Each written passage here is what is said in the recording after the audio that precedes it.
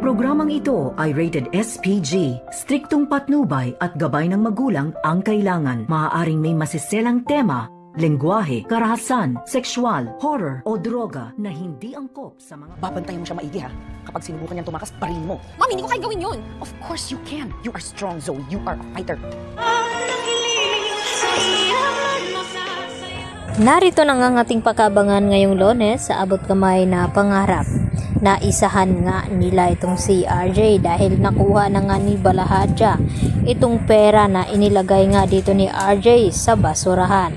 At dali-dali naman na pinuntahan ito ni Balahadja at bago nga nakuha ay nasa lubong pa ni Balahadja itong si Annalyn Santos, subalit hindi na mumukhaan ni Annalyn dahil nakasombrero nga itong si Balahadja at naka-face mask.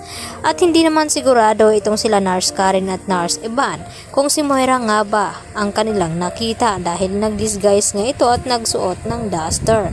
At dito naman na nagtatago itong si Moira at hindi nga nila nahabol nila Nurse Ivan. At nagtataka ang mga ito na papaano naman daw mapunta doon itong si Moira na social nga daw itong si Moira. At nag-decide nga ang mga ito na sundan nga, subalit hindi nga nila ito nasundan. Samantala dito naman kina Lynette ay talagang malakas ang kutob dito ni Dr. Enriquez, ito si Nurse Minor, na talagang may nangyayaring hindi maganda dito nga kay Lynette. Kaya agad naman nakakuha ng pagkakataon itong si Dr. Enriquez nang malaman niya dito na tungkol dito sa pinsan ni Lynette dahil alam ni Dr. Enriquez na matagal na ngang wala itong ama dito ni Lynette. Kaya nagduda na nga sila sa taong kasama dito ni Lynette kaya hinampas nila ito ng bag. Kaya naman ay nakatakbo silang tatlo, si Lynette at Nurse Pinor at ito ngang si Dr. Enriquez. At dito naman na hinabol ang mga ito nila Dax at ng kanyang kasamahan.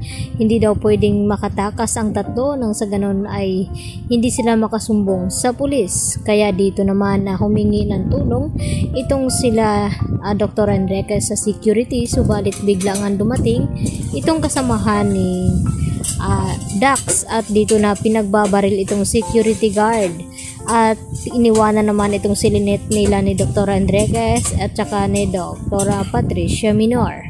At dito rin na naghabulan ang mga ito at kumuha nga ng telepono itong si Dr. Enriquez at tinawagan agad si Carlos at pinadala ang lugar kung saan hinahabol nila itong si Lynette. Kinakailangan na mapuntahan daw nila agad ito bago mahuli ang lahat.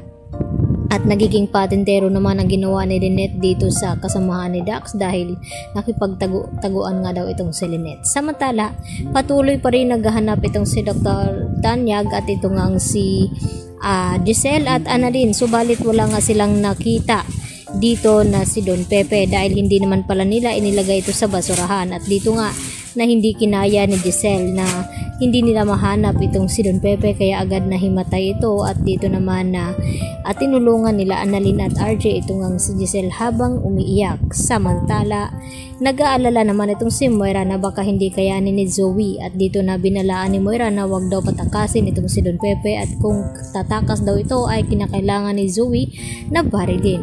At sinabi ni Zoe dito nga kay Moira na hindi daw niya kayang bumatay ng tao at nagkamalay na nga itong si Don Pepe at dito niya nakita itong si Zoe na may hawak nga na baril.